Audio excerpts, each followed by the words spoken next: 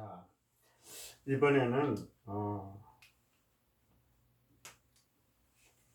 운영체제의 진입점에 대해서 알아보도록 하겠습니다. 운영체제 진입점. 진입점이라고 번역이 한 이유는 뭐냐면은 영어로는 entry, 진입, 포인트. 진입하는 점이다.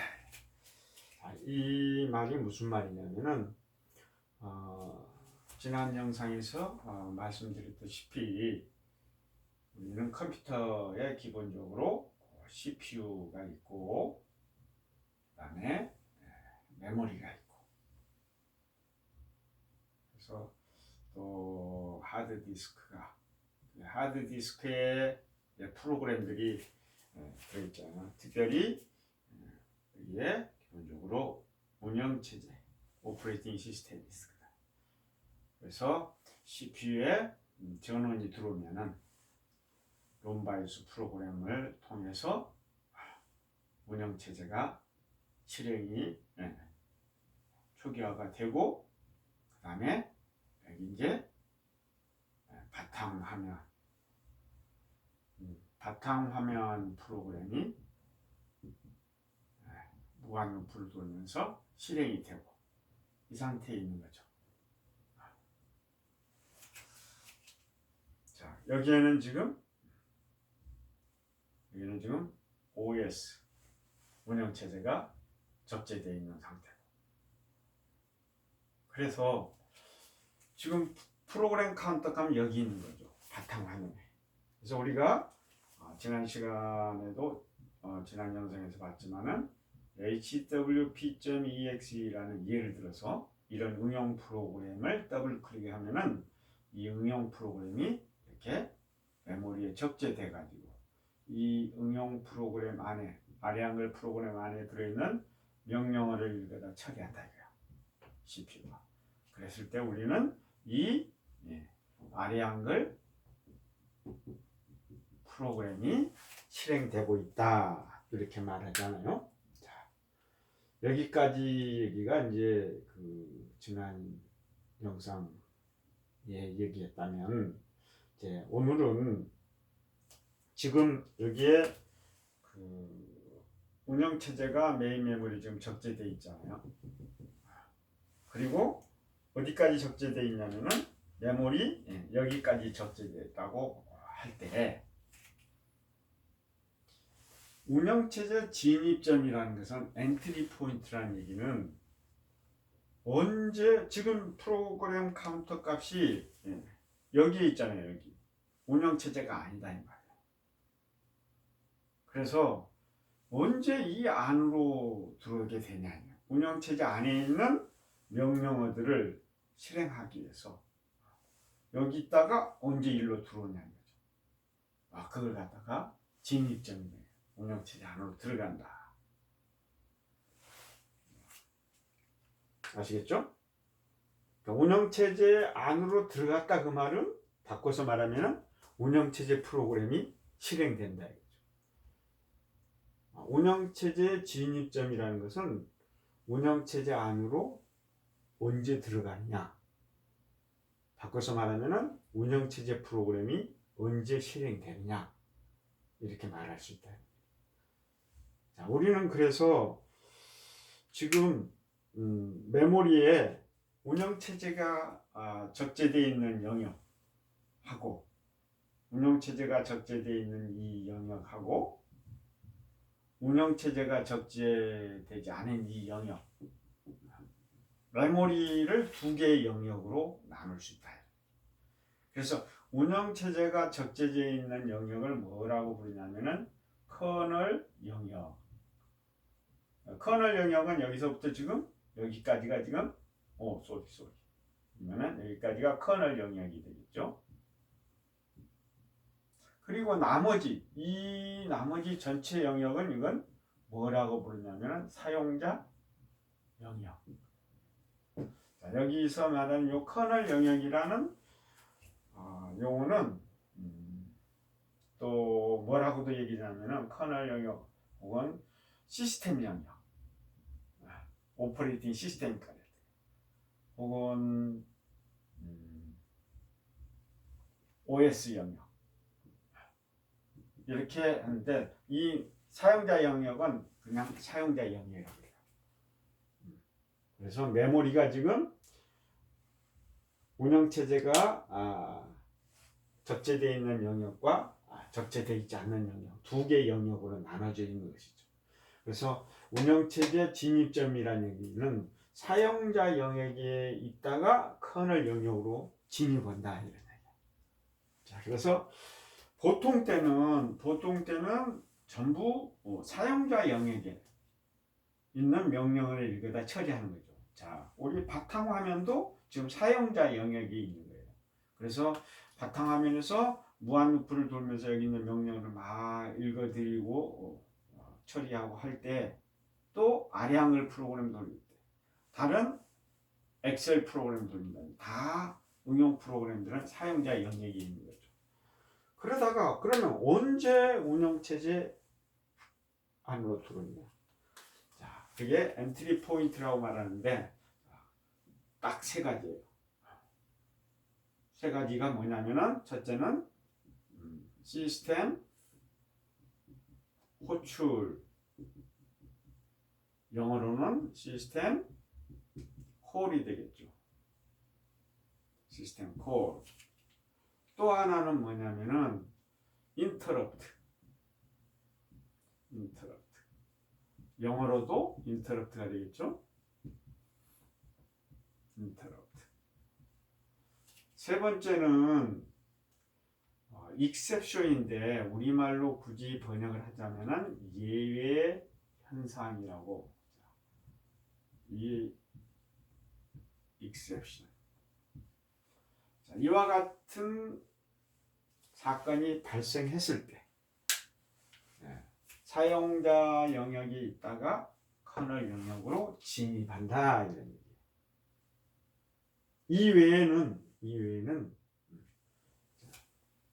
들어오질 않아요. 그러니까 꼭 이 세 가지 이 경우를 통해서만이 운영체제 안으로 들어와야 된다 이런 얘기예요. 지난 시간에 우리가 아리안글 프로그램을 실행시키기 위해서는 마우스로 바탕화면에서 더블 클릭만 했다. 마우스로 더블 클릭. 그러니까 여기서 뭐가 발생했었어요? 인터럽트가 발생했었던 거죠. 인터럽트. 자, 인터럽트가 발생하니까 인터럽트 처리 루틴 포함해서 파일이 있는지 없는지 이런 프로그램들이 다 들어가요. 그 얘기는 무슨, 인터럽트 발생하니까 프로그램 카운트 값이 이 안으로 들어온 거예요. 그래서 여기 그러고 난 다음에 어디로 가느냐? 이제 아래 한글로 돌아. 그러면 지금 다시 사용자 영역이 있잖아요. 그 아래 한글 프로그램을 막 이렇게 실행을 하는 거예요. 아래 한글 프로그램을 실행하다가 또 인터럽트가 발생했다. 그럼 또 안으로 들어오겠죠. 그래서 인터럽트가 발생하게 되면은 운영체제 안으로 들어온단 말이에요. 그 외에는 운영체제, 다음에 이제 시스템 콜 한번 볼까요? 시스템 콜 같은 경우는 예를 들면은 우리가 프로그램에서 화면에다 출력하고 싶으면은 printf 이런 C 안에서 printf 이런 함수들을 호출하냐. printf hello 뭐 이렇게 한다. 그러면은 프로그램 상에서 printf 얘기는 printf라는 함수를 호출한 거잖아요. 그러면 저 함수는 어디에 있냐면은 printf는 C 라이브러리 함수 있잖아요. C 라이브러리 함수는 운영체제가 아니에요. 그렇기 때문에 이 나중에 더 자세하게 또 얘기했지만은 이 아래 한글 프로그램하고 라이브러리 함수하고 라이브러리 함수 쪽으로 구현되어 있는 이 printf로 가는 거예요. 그럼 printf는 결국 모니터에다가 화면에다가 하드디스크가 아니라 화면에다가 헬로 이렇게 출력을 시켜줘야 된다 이 말이에요. 그러면은 이 모니터에다가 출력을 시켜주려면 출력 시켜주는 프로그램이 있어야 되지 않겠어요? 그래서 그 일을 또 누가 해주냐? 운영체제 안에 있는 프로그램이 해준다. 운영체제 안에 모니터에 문자를 출력시켜주는 그런 프로그램이 있어요. 그래서 printf 함수를 호출하면은 결국은 운영체제 안에 있는 함수로 들어온다. 그래서 이 printf는 엄밀히 말하면은 라이브러리 함수인데 결국은 이 라이브러리 함수 안에서 운영체제 안에 있는 함수로. 그래서 이 운영체제에 있는 함수는 예를 들면은 write 이런 함수가 있는 거예요. write. 그래서 만약의 경우 여기 있는 사용자 프로그램에서 printf 대신에 write라는 함수를 호출했다. 그럼 write라는 저 함수는 운영체제 안에 구현되어 있는 함수이기 때문에 운영체제 안으로 이렇게 들어오는 거예요. 그게 바로 뭐냐면은 시스템 호출이 된다.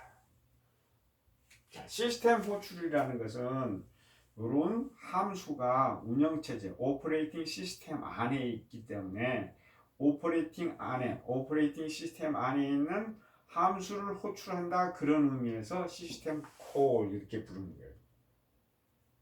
자, 우리가 프로그램 짤 때 printf는 라이브러리 함수를 부르는 거고 write는 운영체제에 있는 함수를 부른다. 그래서 이것은 시스템 호출이라고 부르고 이건 라이브러리 함수 호출이라고 불려요. 그런데 printf라는 것은 라이브러리 함수는 여러분이 짜진 않았지만 라이브러리 함수를 보면은 결국은 이 라이브러리 함수에서 write라는 운영체제에 있는 함수를 호출하게 된다. 이런 얘기예요. 자, 나는 라이브러리 함수 printf 대신에 write 시스템 호출을 바로 쓰겠다. 할 수 있다. 이런 얘기죠. 자, 이것을 쓰려면은 운영체제 안에서 write 함수가 무슨 일을 하며 또 어떻게 처리되고 있는지를 잘 알아야 되지 않겠어요? 자, 그런 걸 모르고 전혀 모르는 상태에서 그냥 화면에다가 출력시키고 싶으면 printf만 했어요. 물론 되기는 되는데 원리를 모르니까 그 이상 write 함수를 이용해서 더 다양한 고급스러운 프로그램을 구현하지 못했던 거죠. 그래서 우리는 운영체제 시간에 이 write라는 함수는 운영체제 안에서 어떻게 무슨 일을 처리하는지에 대해서 보다 자세하게 알아볼 건데, 아무튼 운영체제 안에 들어오는 경우가 지금 인터럽트가 발생했을 경우하고 그다음에 시스템 호출이 발생했을 경우를 설명을 드렸어요. 아시겠어요? 자, 인터럽트에는 마우스만 있는 것이 아니라 키보드, 또 하드디스크, 이런 인터럽트는 결국 여기 있는 요 CPU하고 이런 I/O 장치들하고의 인터페이스예요. 그러니까 결국은 CPU가 여기 있는 명령어를 이렇게 막 처리하고 있는데 여기서 지직 하고 인터럽트가 발생했다. 그 말은 여기에 있는 키보드, 예를 들면 모니터도 있고 키보드도 있겠죠. 이런 키보드로부터 마우스,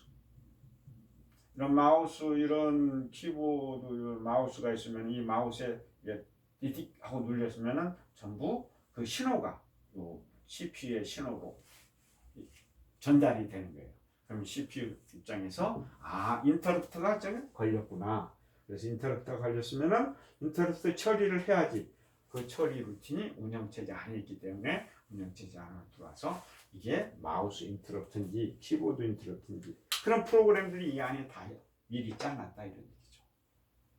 그래서 인터럽트가 발생하게 되면 사용자 영역에서 인터럽트 발생하는 운영체 안에 영역으로 들어온다 이런 얘기. 자, 마지막으로 조금 익숙치 않은 게 있는데 이게 이제 예외 현상. 예외 현상은 어떤 경우냐면은 여러분들이 가끔가다 프로그램을 실행시키다 보면은 화면에 치명적인 오류가 발생했습니다. 이런 블루 스크린이 뜰 때가 있잖아요. 자, 화면에 치명적인 오류가 발생했습니다 하고 화면에 뜬다는 얘기는 어딘가에 프린트F 예를 들면은 화면에다가 이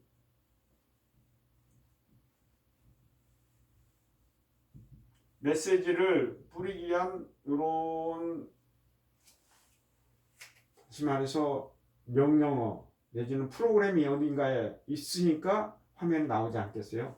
그런데 치명적인 오류라는 요 문장은 어디에서 나온 거냐면은 자, 여기 있는 아리안걸 프로그램을 실행시키다가 치명적인 오류가 발생했어요. 그러면 화면에다가 치명적인 오류가 발생했습니다를 출력시키는데 여기에 printf를 써놓은 것이 아니라 여기에 printf 치명적인 오류.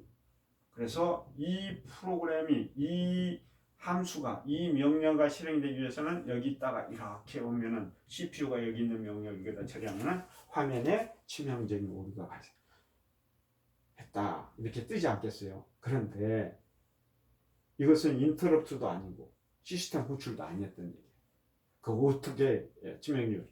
이것은 CPU 안에서 CPU 내부에서 오류가 발생했을 경우다. CPU 내부에서 발생하는 오류. 예를 들자면은 자 여기 있는 명령을 읽어봤더니 I equal I 나누기 J 이런 명령가 있었다. 그러면은 이 나누기를 하는데 J 값이 0일 경우가 있다면 0으로 나누기 이건 CPU가 나누기를 할 수가 없잖아요. 수학적으로 불능이기 때문에. 자, 이런 것을 divide by zero 오류다 이 말이야. 그래서 divide. 그러면 화면에 뭐라고 되어 있어요? 치명적인 오류 0으로 나눌 수가 없습니다. 그리고 에러 메시지 뿌리고 그다음에 이 프로세스를 정지시킬까요? 이렇게 에러 메시지를 뿌려주는 그런 루틴들이 여기 운영체제 안에 있다. 그래서 지금까지 설명한 것이 운영체제 안으로 진입하는 진입점에 대해서 알아봤습니다. 결론적으로 운영체제는 이와 같은 세 가지 사건 외에는 운영체제 안으로 프로그램 카운트 값이 들어올 수가 없기 때문에 이 세 가지 사건에 의해서만 이 세 가지 사건이 발생할 때만 운영체제가 실행이 된다는 사실을 여러분이 잘 기억해 주시고 또 이해했으면 좋겠습니다. 오늘은 여기까지 하겠습니다.